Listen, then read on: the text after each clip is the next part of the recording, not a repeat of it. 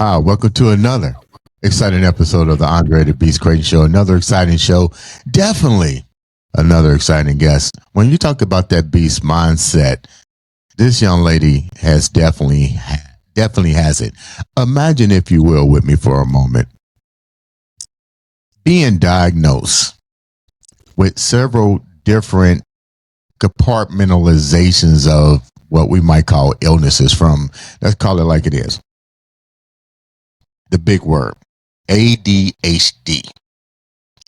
And then all the other things that are associated with this. And then you ask yourself,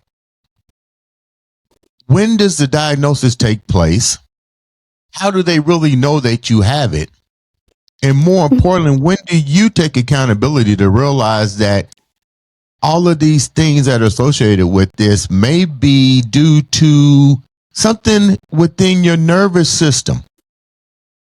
Without further ado, let's go into one lady's journey to exploring all of this and more, and how she's taken all this diagnosis and all the other stuff that people put on us and turned it into a way of empowering and helping other individuals. That's welcome to the show. I'm going to call her Coach Trina. Let me get Tina Estrella. Did I get it right? Close. It's Tina Estrella. It's Spanish. It's difficult. It's a beautiful name regardless. Tina, welcome to the show. How are you doing today? Thank you, Andre. Thank you so much for having me. It's such a joy. You know, I was looking at all of this information, and this is crazy. You know, you suffer from addiction, alcohol, suicide, depression in your 20s and 30s, overcoming drugs. Before we even get into all this, tell the viewers a little bit about who you are first. So, today I'm a coach. I coach people through exactly those things. Because I realized at the time when I was struggling with these things, like the regular psychotherapy only took me as this far. And then internally, I was always, but there's got to be more. This cannot be the end of the story. There's so much more to explore in life. There was always this deep inner knowing. And so I started looking for other people who had walked similar paths and had gone to where I wanted to go. And so I found my mentors, and here I am today, giving that support to others that I would have needed at the time, and that I finally found, luckily, in people.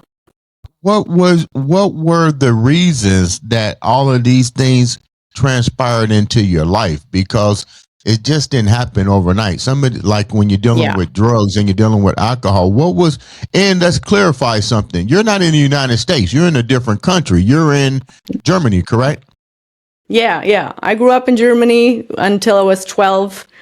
And then my family, we went to Brazil for 6 years. So I grew up in Rio de Janeiro part-time. Like my youth was in Brazil.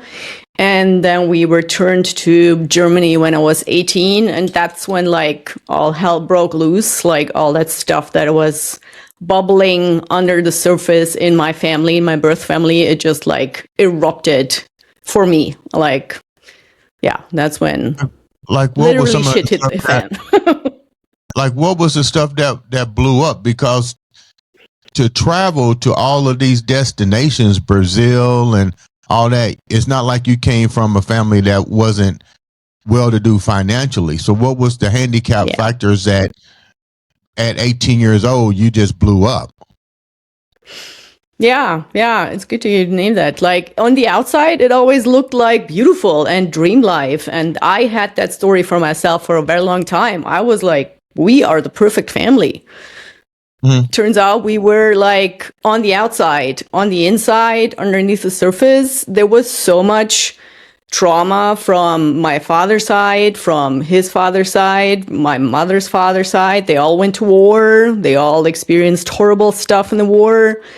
And both family sides just never talked about any of this stuff, ever.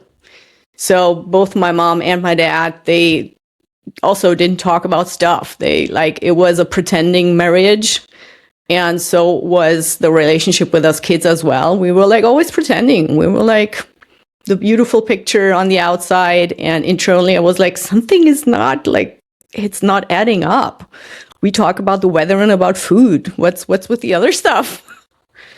Like, what was the other stuff? Because I don't live in emotional things.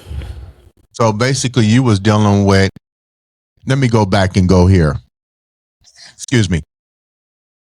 You knew about what your mom and dad were going through, being in the war, being a part of war and all kind of other things. But what were you going through that they wasn't able to resonate with? We did not talk about emotional issues. Like when you are a teenager, you struggle with emotional things. Life is wild. Your hormones go wild. And I hadn't that modeled. I dealt with that all by myself, and that is not a healthy way to grow up as a teenager, you know, if you don't have role models or partners, grown-ups that you can share your issues with.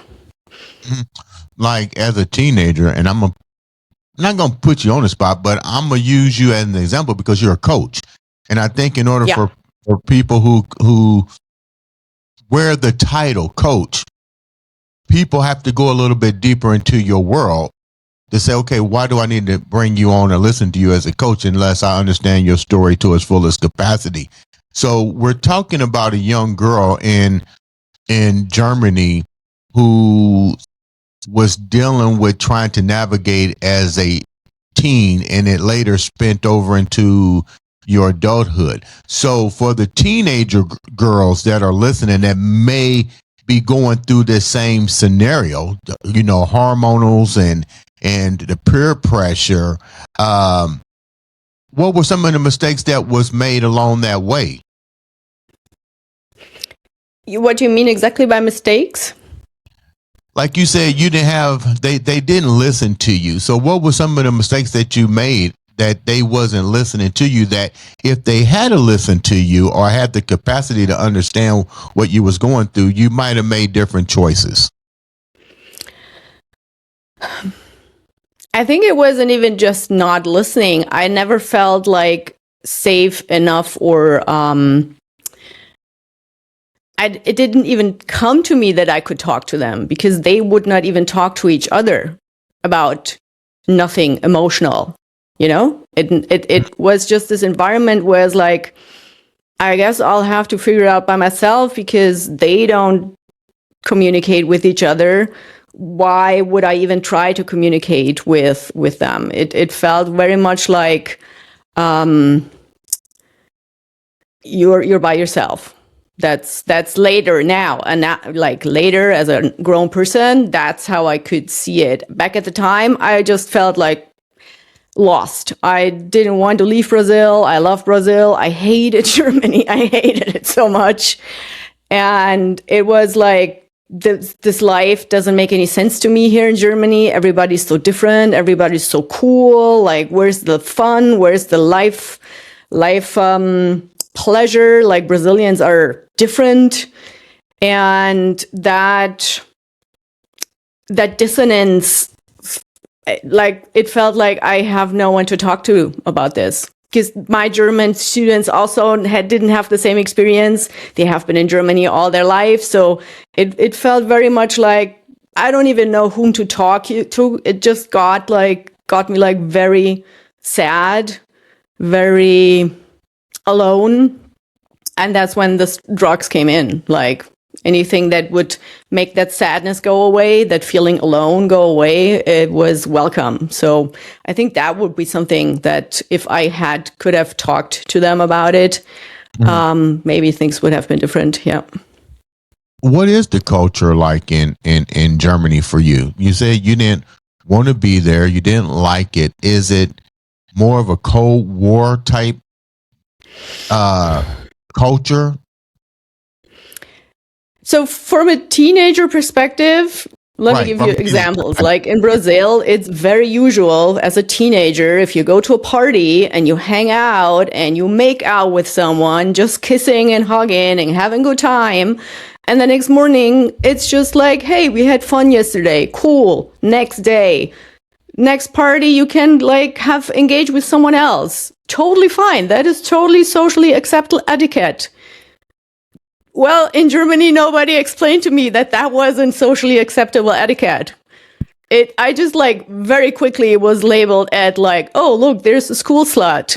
And I was like, what happened? Like yesterday or 2 weeks ago, that was very different. So those were experiences where like, especially with their hormones and like, you know, teenagers being like very like validation is a thing and peer group is a thing. And especially if you don't feel like very much at home, like your friends become the people you depend on. And then like, that was like, I was just like, what's going on? When you was labeled that, how did that make you feel? Because like you said, you didn't have no one to really tell you that in your culture in Germany, that was not forbidden. It just, let me rephrase this. You don't always know what goes on in somebody's house and what somebody's doing. They was probably doing it in certain parts of Germany. It just wasn't publicized to where now as a teenager, you're over in Brazil and it's like, wow, you know, a total different. I can see that being attractive to someone, but now you go back to your hometown and now you're met with a little bit of, hey, you know, the bad words, that's not ladylike. Does that spin you more out of control? Because unless your mom and dad stepped up and explained to you why this isn't acceptable in this culture, I think you begin to you maybe start to develop addiction habits from that. Yeah, I took it very personally. I at the time had no, I was like just very confused. It just increased the confusion of being in a culture that I did not understand anymore, because childhood is very different when you're like, we left when I was 12. So when you're a kid, it's very different than when you're a teenager or an adult. Right. So it just increased that being like so confused and feeling lost. I just felt like, I don't even know what's the reason for me being here anymore. You know, I felt like, why am I on this earth? For what? And I know you can't speak for your whole culture in Germany, but at the time that you were growing up, were you the only, as far as you know, were you the only child or teenager feeling this emptiness? Or that no, definitely not. Here? No, definitely not. I mean, I think it's generally like Germany still today has a very intense drinking culture among teenagers. Drugs is like on and off, but I think we have some issues here in this country. And when I look outside in the world, I see it is not so different. I think a lot of young people don't know how to orient. Like, our world is wild. Humanity is going through wild phases. We are like changing fast in social culture. And I see very often also adults being like, this is why we have so much addiction and so much drug issues, is people not knowing inside like what's actually going on. Like, I think this is not just my country, my time issue. You mentioned, and this is probably pretty, I know it's a pretty intense topic, but you talked about in your 20s and 30s the thought of suicide. I mean, how did it get to that point in your life? I mean, did your parents ever come around? And I think it comes to a point that when you get a certain age, your parents feel like you're grown and they kind of like disconnect. So how did suicide start to even enter your thought process? I mean, it just like the drugs obviously didn't solve anything. They just made things worse. They created like a very short-term relief when you're like on them, but then like the crash afterwards is like even harder. And so it just created this downward spiral of like even less understanding why I'm even here. Like what's the sense of life in general as a human? Mm-hmm. And so I think for my parents, if they realized, if they noticed, they did not know how to initiate the conversation, how to ask anything. Like later now, when I was already like grown up, we tenderly talked about some of the things. And like, I remember my mom saying once, "You never told me." And I was, yeah, well, I didn't feel I could. You never asked. Nobody ever asked me, "How are you? What's going on?" Like they would ask me about how was going school. And I'm like, that's the least topic I want to talk about. So we were just like a very immature, emotionally very, very immature family, very immature. I'm curious, so I'm gonna ask a lot of questions here. Please do. What is your culture like in the household when it comes to a man and a woman in family? Like, is it, how can I say it? Because it sounds almost like it's a military type culture, so to speak. Like you spoke when you're spoken to. Certain things are like completely taboo. This is Germany. It's all about strength, power, and you stay in your in your lane. Am I wrong on my perception? Because if so, please tell me. I'm not sure if this is just generally about our culture. I definitely see when I go outside now, and I love to observe people, and I do see families who interact differently with their kids these days. But I think back at the time, like I said, my father and my mother were still like, my father was a kid when war was still going on. My mom was a kid when war was still going on. So they like all their age peers group were dealing with different issues. There was no time to talk about emotions. Like it was just survival. And so I think my age peer group were the first ones to actually introduce this new endeavor of let's talk about what's going on inside of us. Let's talk about feelings. So in general, Germans are still, compared, for example, to Brazilians or to South European people culture, more reserved, yes, like public affection, showing affection publicly. Yeah, we would like to, but like, it's still, there's still work to do. Now, you mentioned ADHD. How did that even surface? How did you even get to the point that you thought you was under that spectrum? It just, at some point, like, it became very, everybody was talking about it in my circles, like when I started to do the coaching training and the somatic coaching. And obviously that is part of the things we talk about and we investigate. And so like one part of that conversation is like how especially women were in the past misdiagnosed, and that ADHD was the actually overarching symptomatic situation. And then I just read the checklists and I was like, that does definitely add up. That makes total sense, because at some point, like even like the regular diagnosis of depression didn't make any sense anymore. Like they came up with like rapid cycling and whatever not, because I was like, I'm like down and up very fast. Like for depression, that's too fast. How does these up and downs go so fast? Right. And then it just made sense. Well, my dopamine system just reacts differently, and I need to be, and that also the being prone to addiction is very closely linked to ADHD. If you have like a constant deficit of dopamine per se in your system, like the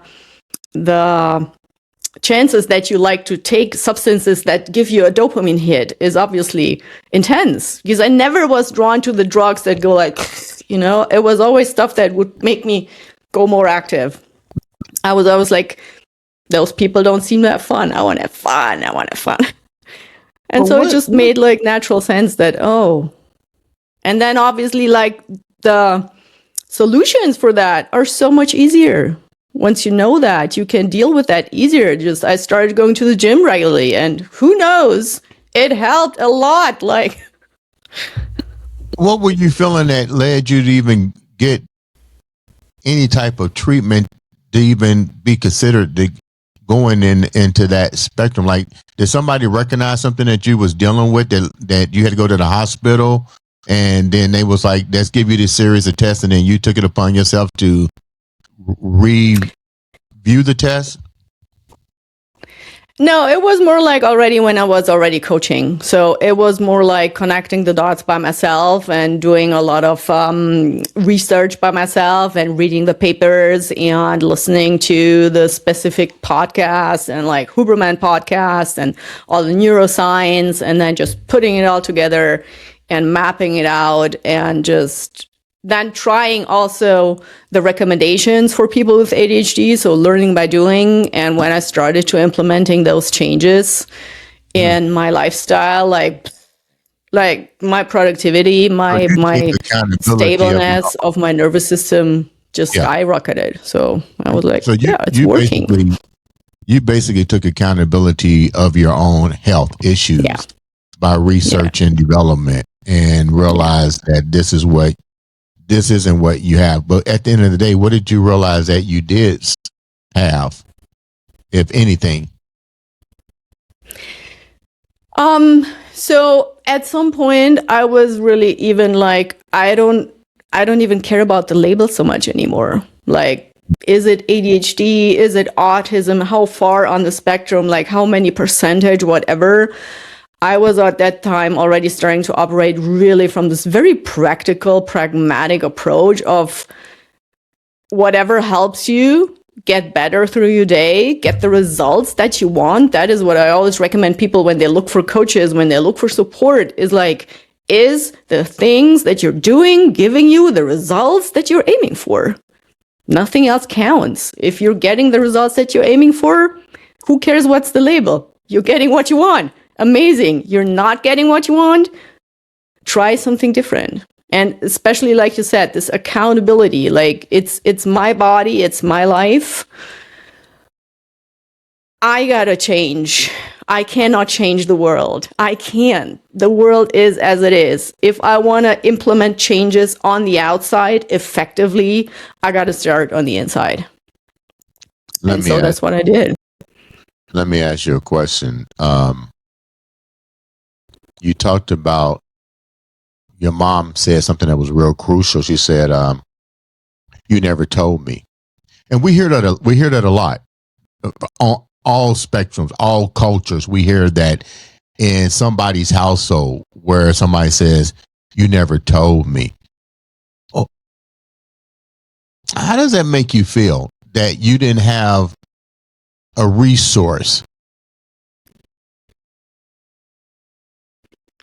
Well, at the time, it made me feel like very much like the victim. I was in the victim state for a very long time, like feeling very sorry for myself also. And at some point just came this crucial moment, like after like some very heavy, like self-inflicting injury and stuff, lying on the bathroom floor, everything hurting. And I was just like, it was just this very sober, very clear voice. Tina, what are you doing? And it wasn't judgmental. It wasn't shaming me. It was just this very clear question. Tina, what are you doing? And today I realized that was my integrated self. That was my deep, true core self asking the other parts who were like going crazy, just what are you doing? And then it dawned on me like, I'm doing this all to myself. Yes, it has been hard in the past. Yes, I didn't have anybody to talk to. And now is now. And today is today. And if I want to change something today, I got to start taking responsibility for my fucking life. Wow. Yeah. And did you have brothers and sisters? I do have a younger sister, yes. What was her journey similar to yours? I know we're not here to talk about her, but was her journey similar to yours now that you guys are adults? Mm-mm. Did she tell you the same thing your mom said? Well, why didn't you tell me? She had the same issues of not being able to talk to anybody. She still struggles today to talk to someone. And like her thing wasn't like the going crazy, going for drugs, but it was going like control. It's like micromanaging everything. You know, that trauma response of like, if I control everything in my environment, maybe then I'm safe. Yeah. I can see just by talking to you now, and thank you for getting up to be on the show. I know it's a different time area in Germany, but my question here is, I can sense that it still lingers, this trying to figure out how to navigate this. What have you learned so far in your journey? I know you said take accountability and so forth, but now you're helping people. What kind of tools are what? Let me go here. Not so much the tools, but what are you seeing in your service to helping others, and how widespread is what you went through still taking place where you're at in your culture? Yeah, I mean, I still see it everywhere. The very interesting and very, well, sometimes funny, sometimes it's like, oh my God, is you start to see the same patterns. You start to see patterns. Like the more deeper you dive in those topics, the more you see patterns play out everywhere, everybody. You see that drama triangle being performed like so much, and not just in my culture, like worldwide. I teach coach people all over the world, so it is not just a German product. And so what I see, it's coming more and more. People are awakening more and more to the fact that it is boring to live in this victim stance like all the time, you know? It is boring to be complaining about how bad the world is and how bad everything is and how bad your life is and how bad your partner is and how la la la la la. And then what? When you realize that, you are like, then what? And then it is important to have someone you can work close with, to have a community actually of people who support you, who are going through similar things. I remember that was a very crucial step in my development also, was like not just having single coaches or therapy, but like having groups where you realize like, oh, you're not alone with your issues. You're not alone with the questions. You're not alone with the like, what the heck is actually going on here? And so all of these things are crucial for people to step out of this drama triangle carousel, to like really take ownership of their life. Because when you have never learned, when your nervous system has never learned how to respond differently, it's very hard to do it just by yourself. what are you seeing more of in your coaching worldwide? Are you seeing an increase in men or women or children that are suffering from these symptoms? So mostly who are seeking support are women. Men are like now slowly stepping up and like following the path. It used to be just only almost 90% women. It's like becoming more and more men also being honest to themselves and claiming that vulnerability, that emotional, I mean, it has been, war is like based on men shutting down their emotions completely. And so, yeah, sometimes you still see also as a coach, like when I see a young family interacting just the other day on a plane, like, oh boy, they're still deep in the thing. And I'm not coaching everybody all the time. Like that is part of our evolution as humanity, to be like, yeah, that kid, that's gonna be a coach one day. I can be sure, because this is like, it reads like they're gonna show them.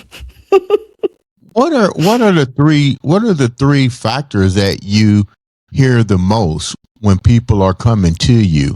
Like, what are at least three things that seem to be repetitive that everybody is going through, and you see as you're coaching, you go, damn, I'm getting a lot of this particular area here and a lot of this area. What are three key areas that people are dealing with the most that is more universal than it is regional or isolated? Yeah. So we are like humans in general. We are not very inventive with our internal struggles. I think there's like 10 main topics, and then you have like covered 99% of the issues. And the three biggest ones, I would say, is one, I try to talk to my partner, to my friend, to my kid, and they don't seem to get me. Like there's nothing coming out of this conversation. They don't listen. They don't understand me. That is one big thing, like communication. Another one is sexual topics are a big thing. I'm not happy. I'm not fulfilled. It's not working out. We're not doing it anymore. I don't know why. That big field is coming up a lot.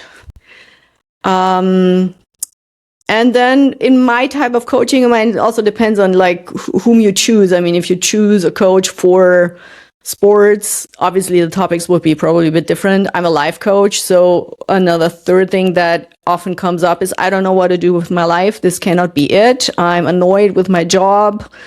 There's got to be more. The same questions that I were asking myself before I went into coaching and booking people is yeah, what do I do with my life? It's like, is this what I'm here for? The bigger question is, before we wrap up, and let me say once again, thank you so much for taking time out. Thank you for having me. All the way from Germany to come here and share this important nugget. But let's go to you for a minute. How difficult was it for you to find serenity in this journey? How difficult was it for you? And what were three things that you had to let go to take accountability of to get to where you're at today? I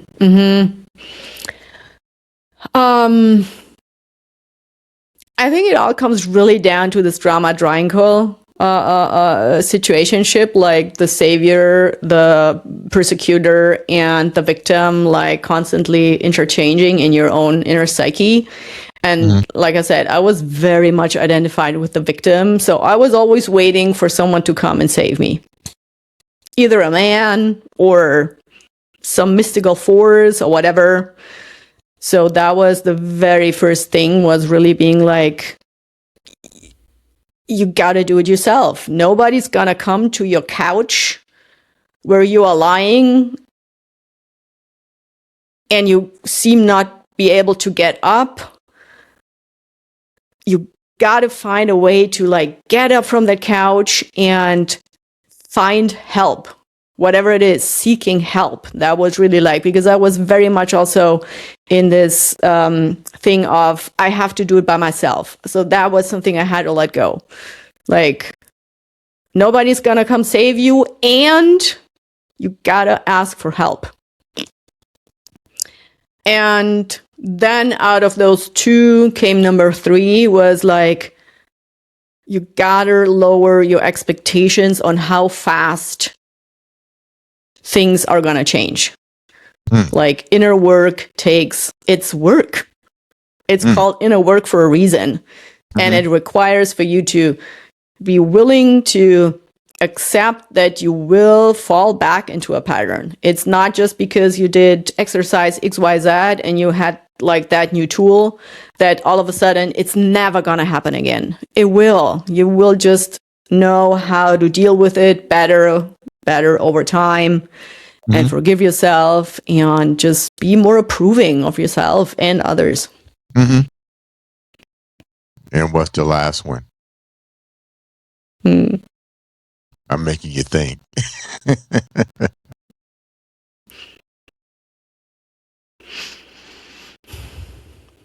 Yeah. Thank you so much, Andrew. That was a great conversation. Let me go here before we wrap up. You shared a lot of key information with us, and I appreciate that. What's the end game for you? Like, with everything that you went through, what's the end game? What's the purpose here? What's my purpose of being a human on our planet, or in general? Just in general. I mean, you went on a vision quest, so to speak. Let's call it what it is. You went on a vision quest with little to no resources, little or no support, and you're definitely making a major impact now. So at the end of the day, what should somebody take away from your story and your journey in particular? So, Andre, my main right now, I like that changes. So I'm always like adapting to what life force brings in for me. But like my main thing is to like follow life force. Follow that current that comes and gives me inspiration and asks me to do things that my logical mind sometimes is like, what? But like in my body, in my whole being, I'm like, oh yeah, that would give me like so much pleasure and so much joy and so much purpose and sense of fulfillment if I did that. Right. There is this fear of like, what will other people think? Overcoming that fear and just like really, I'm hunting life force. That's what I'm actually doing. Yeah. I like it. Tina, thank you so much for taking time to come on the show. How can the viewers reach out to you? I do have my homepage. It's tinaestrella.com, and I'm on the usual platforms. It's either Flow State Manager Tina or Tina Estrella, also under your YouTube probably. So yeah, I'm available. Sounds like a winner. Make sure you guys subscribe, share, like, follow, do all the things necessary to spread this message. All it takes is one click of a button to change your life and maybe change someone else's. This has been another exciting episode. Thank you so much, Andrew. And Andre. What is with Andrew? Andre. Thank you. Andre. It's Andre. It's Andre. Ladies and gentlemen, thank you so much for tuning in. This has been another exciting episode of the Andre The Beast Crayton Show.